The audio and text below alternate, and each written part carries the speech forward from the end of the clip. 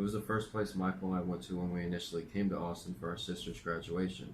5 years later, when we walked to Austin from San Antonio in January 2003, Dobie Mall kept us from freezing. I probably spent thousands of hours sitting in their food court and looking out the second story window on the drag. When I die, if I become a ghost, I figure I'll haunt the first 2 floors of Dobie. When the IT place opened, I was one of the first to apply. I never owned a computer before, but I somehow passed their efficiency test and they hired me full time. We took calls from people deep in West Virginia, so they usually wanted to know how to check their email or where the on button was located. I didn't know half as much about computers as my coworkers did, so if I didn't know the answer to someone's question, I just let them handle it. If they were too busy, then I put the customer on hold and surf the web until they hung up. Sometimes I'd give callers crazy instructions and the office would laugh.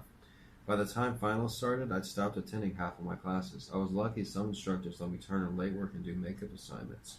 I had to talk my way out of a couple failing grades, but I survived my first semester, and I was due another financial aid check in January.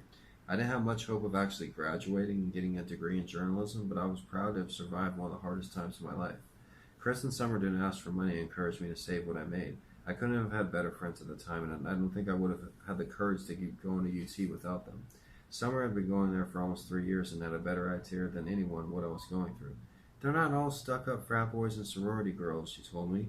There's some really interesting people. You just have to look closer. You're just seeing what you choose to see on the surface. She was right. I was so upset about how different I felt that I didn't keep an open mind. I turned it into me against them thing, which led me to not take advantage of or even notice all the interesting people and opportunities that walked right in front of me every day.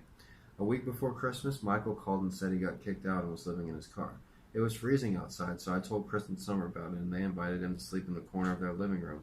He got there in an hour, ate something, and went to sleep. Now there were 4 people and 3 cats living in a one-bedroom apartment, but surprisingly, everyone got along.